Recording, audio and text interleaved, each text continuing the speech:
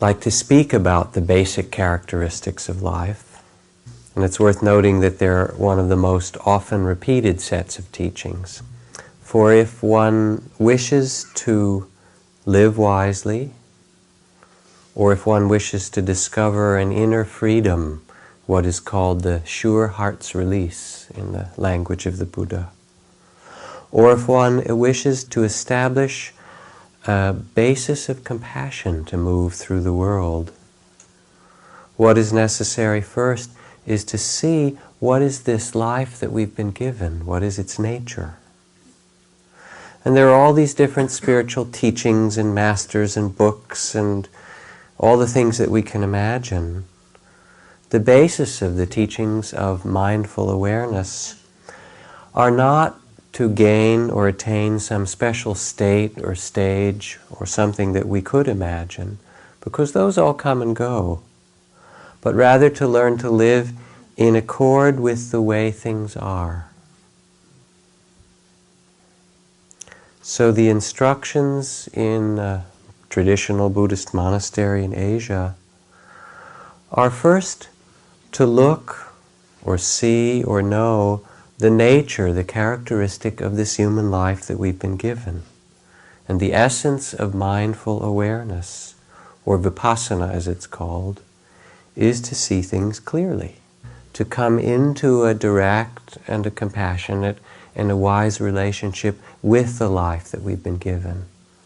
So it's not a question of a spiritual bypass, or end run or something to try to get out of human existence, but rather taking this very life itself as the place of compassion and awareness. I've told a story before of a woman who came to see me while I was teaching in Massachusetts, whose husband had died some weeks before, and he'd been a healer in the community, a doctor, loved by many. And he died relatively young, leaving her with 2 children. So that when Jean, I'll call her, came to see me, it had been some weeks of shock and grief. And she was doing prayers and meditations, loving kindness practice, the Tibetan Book of the Dead, all these different things for her husband who had died so suddenly. But she came with a particular problem. She came and said that after a few weeks of grieving, and the community all came and brought food and supported her in her mourning and her family, she said one of her closest friends with whom she'd studied in a Tibetan community came and said, it's really all right. I have seen him. I've been doing the 49-day visualizations of the Bardo Tudul, of the Tibetan Book of the Dead, and he's now entering the Bardo of this particular green light, of this particular bodhisattva in this realm, and he's fine. You really can trust that. And she was very reassured to hear that. However, a couple of days later, when she was in another part of the community, speaking to another dear spiritual friend who was part of a Christian mystical tradition, this dear friend came up and said, it's really good, I've been waiting to see you, because in my deepest meditations, I've connected with him, and he's fine. He's just entered the heaven of the ascended masters, and it's all white, and he gave this whole glowing description. This made her a little uneasy after those 2 days, hearing that. So she decided to call a teacher that she respected deeply, who'd been a Sufi master that she'd studied with, to see if he could help her with this. And she called him on the phone, and first he again expressed his own condolences and care for her. And he said, before we go any further, I have to tell you that I've been really doing a deep meditation to stay connected with your husband, and it's fine. He's already taken birth again, or he's in the womb of this woman in Washington, D.C., and with family and so forth. At which point she became distressed and began to think, who do I believe? What do I do? So she came to see me to ask. And we sat down, she told me the whole story, and I looked at her, and I said in reply, rather than my giving you any other answer about the nature of birth and death, suppose we take it from an entirely different direction. Suppose instead you let go of all the ideas you've ever heard spiritually about what's supposed to happen when you die, the Tibetan Book of the Dead, the Christian mystical teachings, the Kabbalah, whatever it is, and all the other ideals, and instead we speak honestly from our human experience.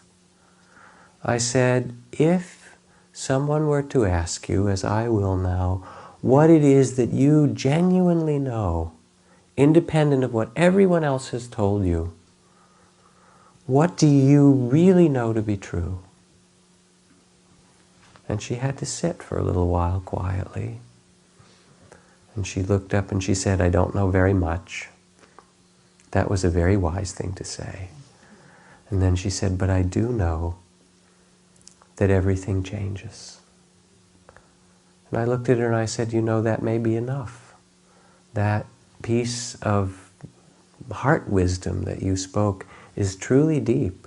And if you can live with that understanding, maybe that covers all the rest of what you need to know in your life. And I've since told this story and asked other groups, people, what it is that you know that is so true that even if Buddha and Jesus and Solomon and Mother Mary and everyone were in the room saying it's some other way, you could look at them and say it's not so, this is how it is. That's so true in yourself. People will raise their hands. One person said, I know that there is light and dark and hot and cold and sweet and sour, and that the world is created out of opposites. And someone else said, I know that whatever point of view I have, there is at least one other. Somebody else raised their hand and said, I know that my life depends on all kinds of other conditions to survive. On the trees, on the rainwater, on the other human beings who gave me birth and sustained me, that I am not independent of the rest of life.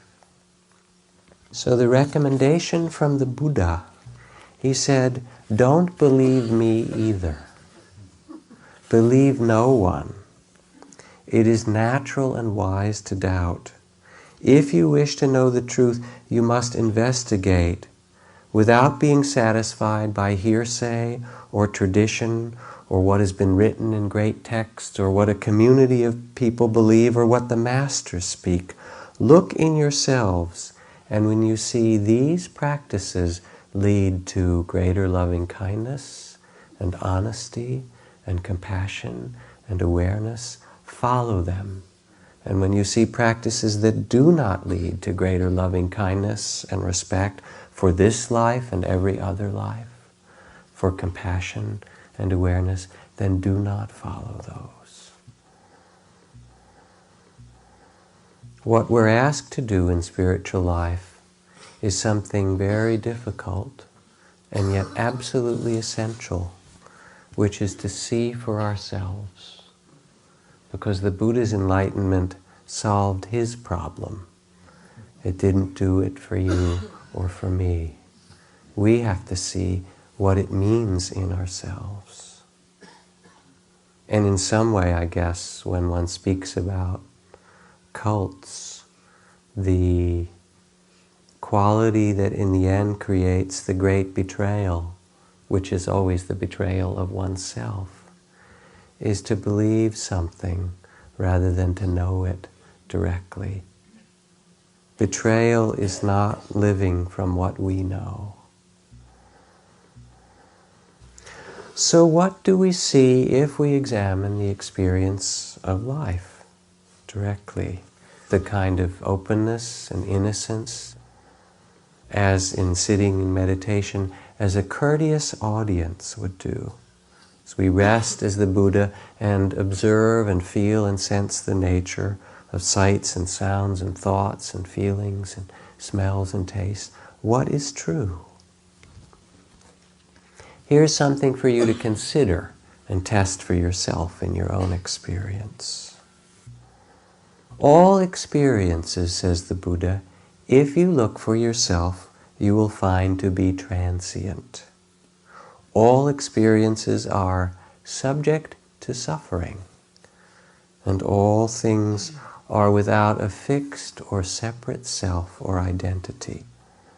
Body, feelings, perceptions, thoughts, consciousness itself change, and because they change, they are unstable. They cannot be relied upon. They are subject to suffering. And because they change, one cannot rightly say, "This belongs to me, I possess it, it is mine." Therefore, if one examines one's experience, one sees these characteristics. Just as in this body, we can see that feelings, thoughts, and images do not make up a solid, separate existence. Similarly, we might designate a chariot, but it has no existence apart from the wheels, axle, shaft, and body, and so forth. In the same way, a house is a designation for materials put together in a certain fashion to enclose a portion of space. But nothing in that house can be said to be houseness. It is simply the combination of elements for a time that present a certain experience.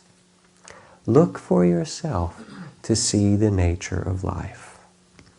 So this is the text for this evening, the teachings.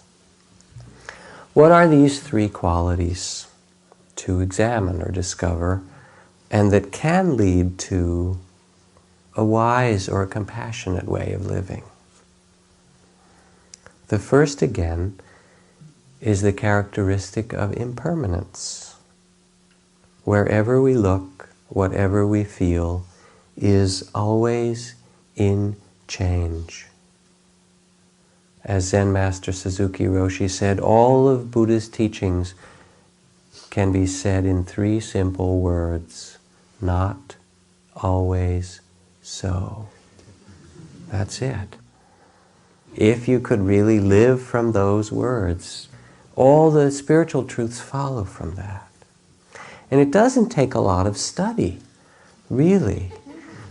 28 recorded civilizations, the ancient Sumerians and the Greek and the Hellenic, and the Egyptian and the Chinese and the Aztec and the Portuguese and Spanish. Remember when they divided, you get the Western Hemisphere and I get the Eastern, or something fanciful like that. Or the British Empire, remember that one? Or the great Soviet Empire. They come and they go. But if you look at the latest pictures from the Hubble telescope, they turned it toward an empty place in the sky where there were no visible stars or anything special, and they left it there for a long time, 275 images over a long period of time in this empty space, and they saw thousands of new galaxies far, far out on the edge of the visible universe. Billions of galaxies. And we're 2/3 of the way out the kind of spiral arm of the Milky Way galaxy, and it's a huge Ferris wheel that turns around every 100 million years or so, and we're on the ride. I don't know if we're on the bottom or the top right now. But it changes, and the seasons change as the Earth goes around the sun, and the lunar cycles change, and the cerebrospinal fluid of our body washes just as our heart beats and our breath moves, and there are menstrual cycles and stock market cycles. And, this doctor friend of mine who works in the emergency room, and he said what's amazing is that there are infants who come in who've died of sudden infant death syndrome. And there are 10-year-olds who die in accidents and things like that. And there are 20-year-olds. I had a 20-year-old who came and died of leukemia recently. And there are 30-year-olds who die of cancer. And 40 and 50-year-olds who come and die of heart attacks and strokes. And it goes on. And he said there's no particular age that people come in. You don't know. There's birth and there's death.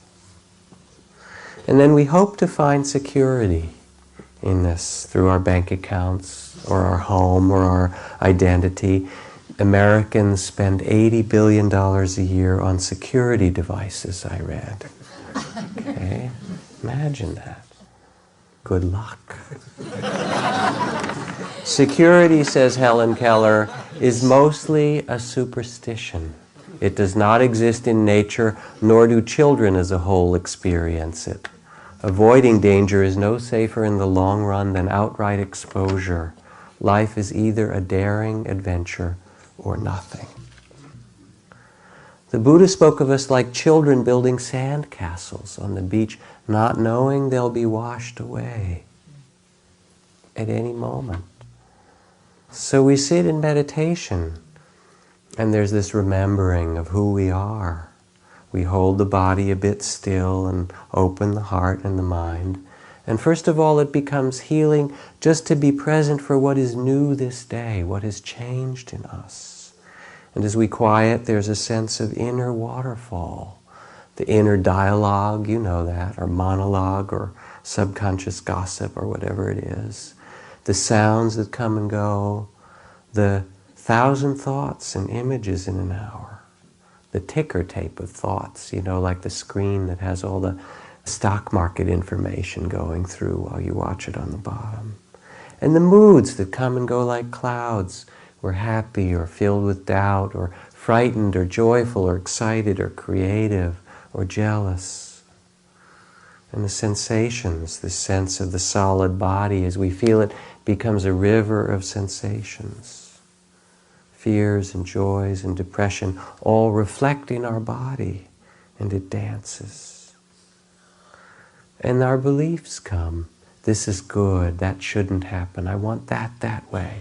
You know, all those thousands of beliefs that come. And the heart opens and it closes. And the sense of ourself expands and contracts and identifies with this and gets lost in that. And then we remember some other way of being.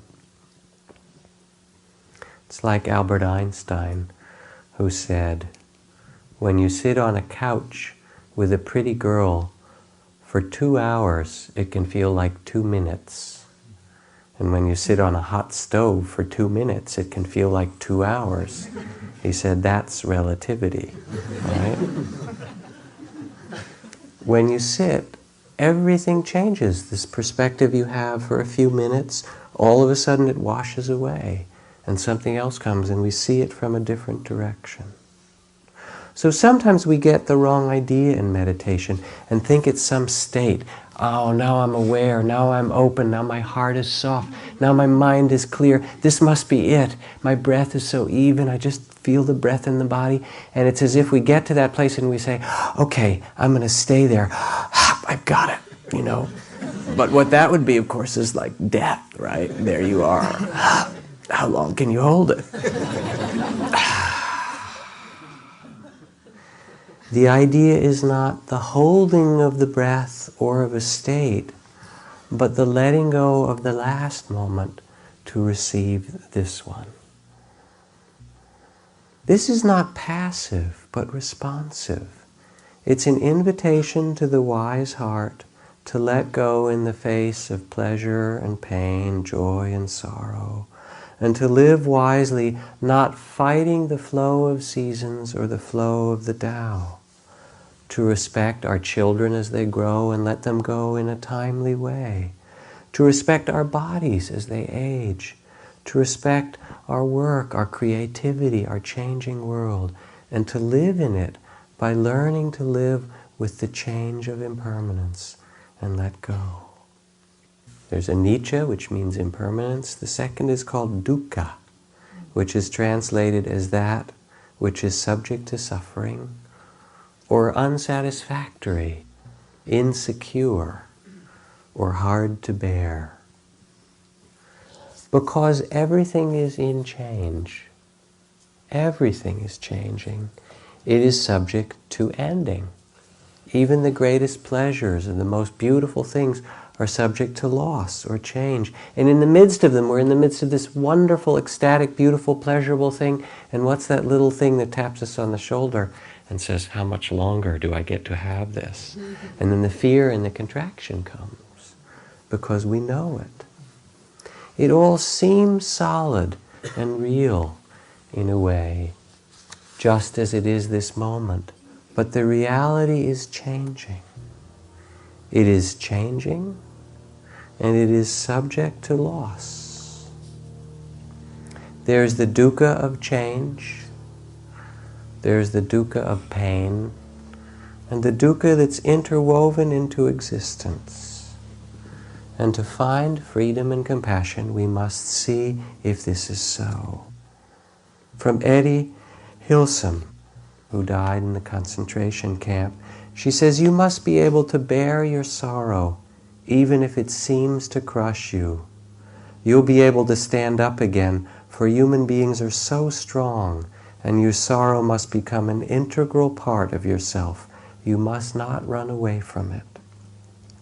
Do not relieve your feelings through hatred or seek to be avenged on the enemy, for they too must sorrow at this very moment. Give your sorrow all the space and shelter in yourself that is its due, for if everyone bears grief honestly and courageously, the sorrow that now fills the world will abate. And if you have given sorrow the space it demands, then you may truly say, life is beautiful and rich. We talked about the tears that came down the cheeks of the Buddha in this story of the Buddha, when he looked about and saw beings wanting to be happy, and yet doing the things that create suffering. And we can look about it in this world. 130 wars and revolutions since World War II, and only about 170 countries. And we eat, our supermarkets are full of food, but the people in Iraq, or Bosnia, or Afghanistan, or Angola, or our own cities, in many places, subject to terror, tribalism, racism that's here created by human beings. For every child that is well fed, there are children who go to bed hungry. For every child that is safe, there are millions of children who experience war and loss. For every healthy child on this earth, there are millions with illnesses that we have cheap medicines to heal, and they don't get them. It's a kind of radical truth to realize that the majority of kinds of suffering that we see in the news and the magazines and all of these things these days are made by human beings, by ourselves. Or things like starvation, where we have grain elevators full of food in one country and hungry people in another, that could be solved if we would face greed, fear, hatred, possessiveness, delusion. Nearly 75% of children who are killed in the industrialized world are killed in the United States. That's because we have 200 million guns in our country. And so the homicide rate for children under the age of 15, we have more children who die from homicide and more children killing children than all the other industrialized nations put together. And then we look at the fare on our TVs, or we look at what we do with weapons in the culture. What kind of a culture creates children who kill other children? What are we doing? It is crazy. What kind of a culture has come to spend more money on prisons than on its school systems? So there's the dukkha of the breakdown of family and community and the isolation from one another. Anyone who doesn't know this in the world, but it's equally personal.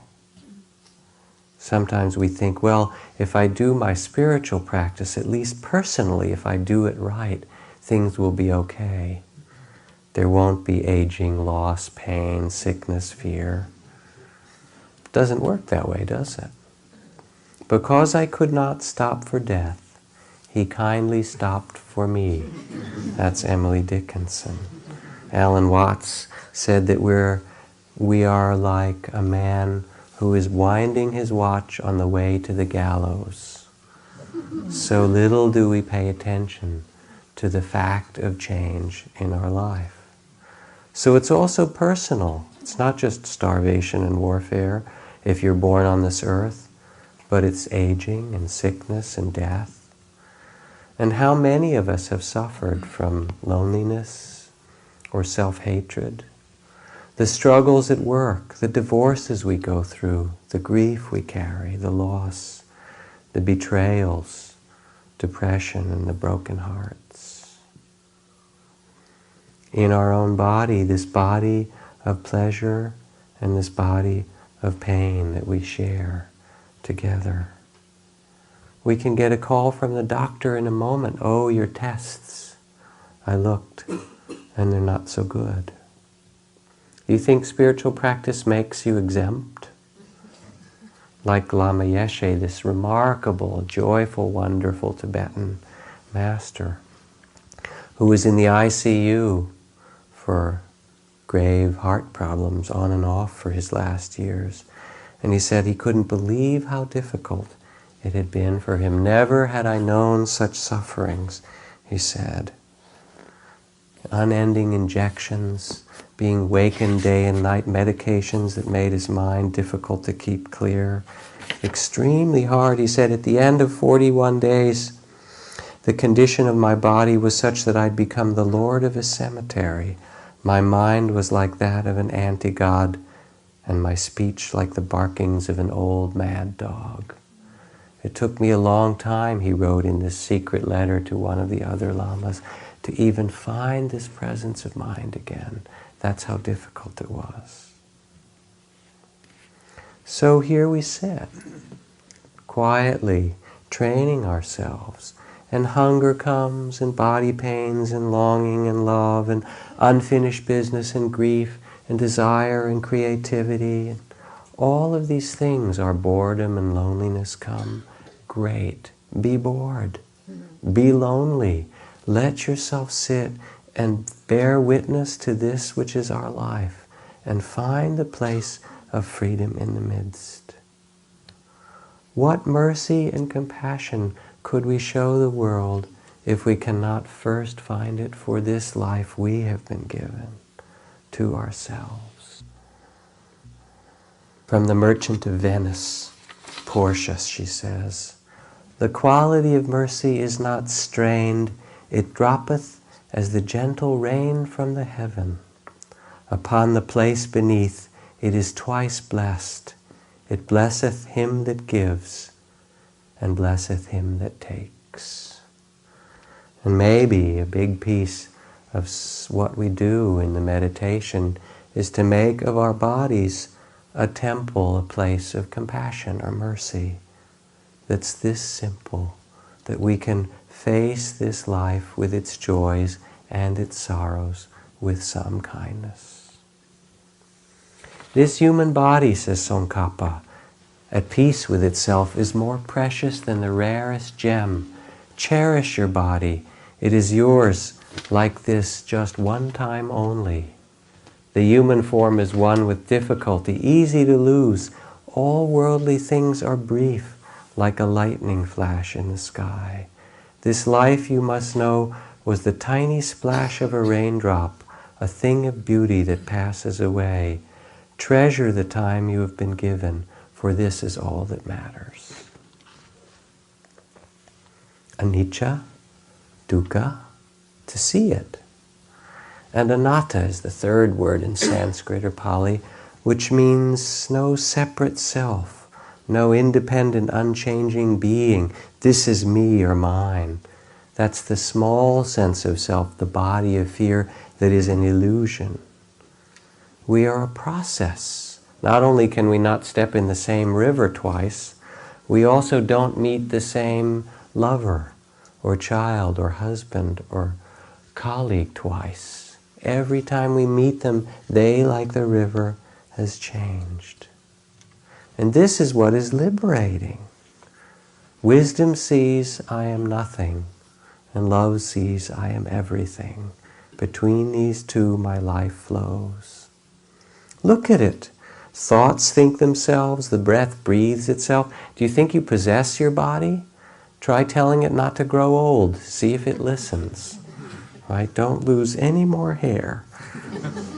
Doesn't seem to make much difference what I think about it.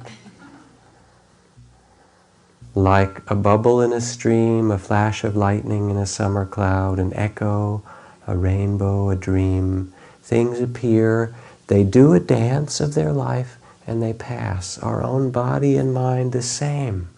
We don't own it or possess it. It's like the story I tell of Nasruddin, the holy fool, going in the bank to cash a check. Would you please identify yourself, they ask him. So he pulls out a small mirror, looks in it, says, "Yep, that's me all right." That is how it is. We think we're this for a little time, and then we think we're that. And actually it comes out of nowhere. This emptiness of self is the emptiness of all things. The ground of being is a place to rest without grasping and possessing, but rather seeing this everlasting change, not saying, this is mine, I own this. What can you own? This is mine to care for today. Now at first the letting go may seem scary, but actually it's a wonderful relief. Try it, you'll see. There's a kind of surrender that comes when we just let go and are present, to trust our heart naturally. A child is hurt, you don't have to think about it. You pick them up. Somebody's hungry, you give them food. There's a natural life that moves through us that we don't have to plan, although planning is fine, but not to grasp it or believe it. From Ralph Waldo Emerson. He said, as long as civilization is essentially one of property and possession, of fences and exclusiveness, it will be mocked by delusions. Our riches will leave us sick. There will be bitterness in our laughter, and our wine will burn our mouth. Only that good profits which we can taste with all the doors open, and which serves all of humankind. Possession, grasping the body of fear, security, searching for it, simple, it doesn't make us happy. Can we learn to let go and trust and swim? It's really what meditation is. You close your eyes and you let yourself swim like a kid. And you start to float and you say, it's all right. It holds me up. So here we are in this strange human existence. It is strange, you know, to get a body with a little bit of fur on one end, this tube I talk about, into which we stuff dead plants and animals in the hole in one end and lumber around and all this stuff. What do we do with it? Rachel Naomi Remen, who's a wonderful healer and storyteller and friend, told me a story recently. It was about her mother who died in these last years, and there was her mother sitting there, and Rachel tried to teach her meditation in the last years to kind of center herself, but her mother wasn't interested. One day they were sitting in the living room, and her mother put her book down and just sat there quietly for half an hour.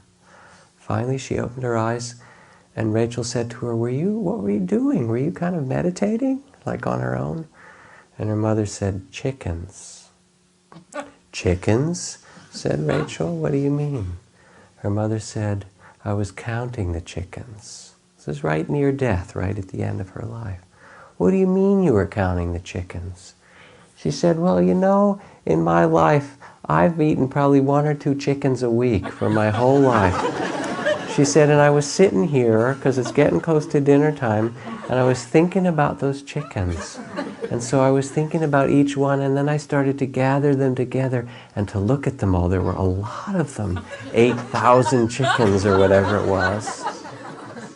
And I saw them all there together. I tried to bring them all back. and see them all. And then I looked at them and I looked and I wondered, was I worth it? Was I worth it? Was my life worth it? What is it that we seek in spiritual life? To love, to belong, safety, strength. We've looked so long. If we look, our existence is changing, seeing, hearing, smelling, tasting, pleasure, pain. It's no more or less one moment from another. How often we want it to be different. But this is it, the human realm.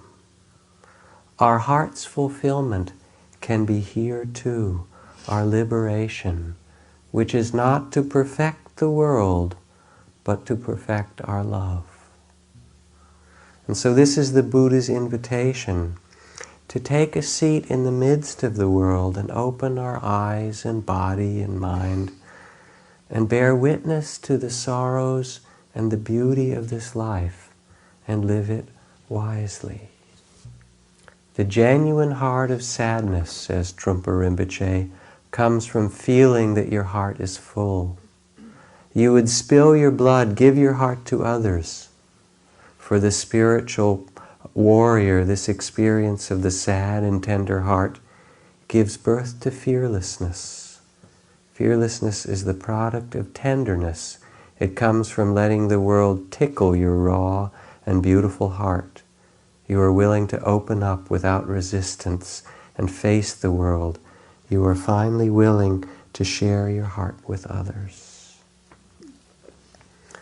For in these truths, if we face them, are hidden treasures or gifts. In impermanence is endless creativity. Every day is new. Every moment is new. Nothing is ever the same. It's fantastic. Yes, there's loss, but it keeps coming more. It's like my dear friend Michelle, who taught children in elementary school. And you know, kids are quite interested in death. Little ones, first grade she was teaching. Why do things die? Well, it happened to me. So she took them out in the woods and said, collect as many things that you can that have died. Went around the woods and put them in a pile. And they started bringing dead leaves and sticks and mushrooms and, you know, bones from little mice that had died, and all this made this big pile of stuff. And then she said, so let's talk about this. What happens? I said, well, things are born and they do this dance and they die. The kids could see that. She said, now suppose there wasn't death. Then what? Asking these 6-year-olds. They looked very thoughtfully. And they said, why then the trees would get bigger and bigger and bigger and be more and more of them, and there'd be no room for us. No room for us. The mystery of life is that it recreates itself every day. 250,000 new humans are born on this earth today. What can we do but bow to this abundance? It ends and we let go and something new is born, and you can always trust this. So in impermanence is the trusting heart, is this amazement of what comes new. And in sorrow is our connectedness and compassion to one another. We suffer and sometimes we think we're doing it wrong, rather than bowing to it and saying this too is our human life. Like Pablo Neruda, who writes, sadness, I need your black wing, sister sadness. I need the sapphire to be extinguished and the oblique mesh of the rain to fall, the weeping of the earth. I want that shattered beam in the estuary, the vast house in darkness, and my mother searching for paraffin and filling the lamp until it gave not light but a sigh. Sadness, I need you, sister sadness. You see, without feeling, we couldn't love one another. It is only because we have this amazing capacity to feel that love and compassion can grow. Things become difficult and you say, not for me, I wish this weren't so. We turn to God to help when our foundations are shaking, only to discover later that it is God who is shaking them. That's from the Hasidic masters. This is from Frank Ostaseski, who runs the Zen Center Hospice. He said the day before his death, John was in a waking coma. His face was full of tension, his head thrust back, muscles in his throat tight and constricted, every breath a struggle. Clearly this was another stage of dying, but to me something seemed stuck. A famous teacher with experience in these things told me his spirit was trying to leave his body and I should massage the top of his head to show the way. A physician told me to increase the morphine to relax his breathing. A body worker told me to hold certain acupressure points on his feet to relieve the tension. I tried them all, nothing changed. Instinctively, I just wanted to wrap myself around him.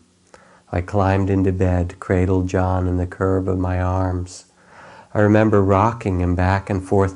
As I did, I began to sing sweet lullabies to him. Not nursery rhymes, the kind you make up as you go on. Words and sounds. Love songs, I call them. Every parent has done this for a frightened child. And as I sang softly in his ear and kissed his forehead, my hands knew what to do, though there was no goal in mind. My fingers gently caressed the throat, stroked his face, my open hands circling the heart. We lost all sense of time. I could feel him sink into me, my body cushioning what was left of his bony form. Eventually his throat began to relax. His head came forward, his eyes opened. They looked relieved. After, I wondered if I had done the right thing. Maybe I should have followed the teacher's advice. Had I pulled him back from some near-death state? Stopped some process of release? I don't know really, and I never will. But I do know that the heart has to be soft before any of us can be free.